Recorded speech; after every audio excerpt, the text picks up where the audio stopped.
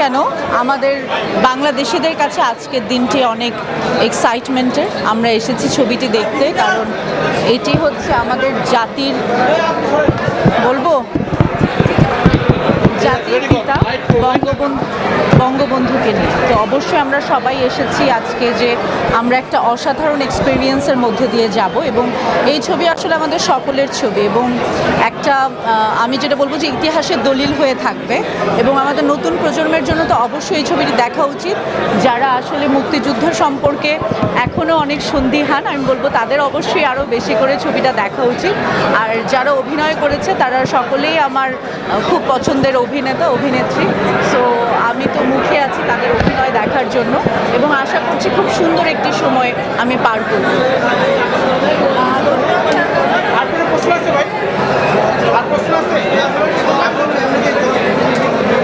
কি বলেন? এই ছবি আমি চাই যে সবাই দেখুক, এবং শুধু সিনেপ্লেক্সে কেন, হলে তো আছে, এবং যদি স্কুলেও দেখানো যায় বাচ্চাদেরকে, বাচ্চাদের স্কুলে, বা মানে আমি চাই যে আসলে সকলে যাতে দেখতে পারে বাংলাদেশের সিনেমা। সো সেটাই আসলে আশা করছি অভিনেতা হিসেবে, যে এই সিনেমাটা তো আমাদের সরকারের অনেক সাহায্য আমরা পাবো এই ছবিতে, যেটা হয়তো অন্য ছবিতে আমরা পাই না।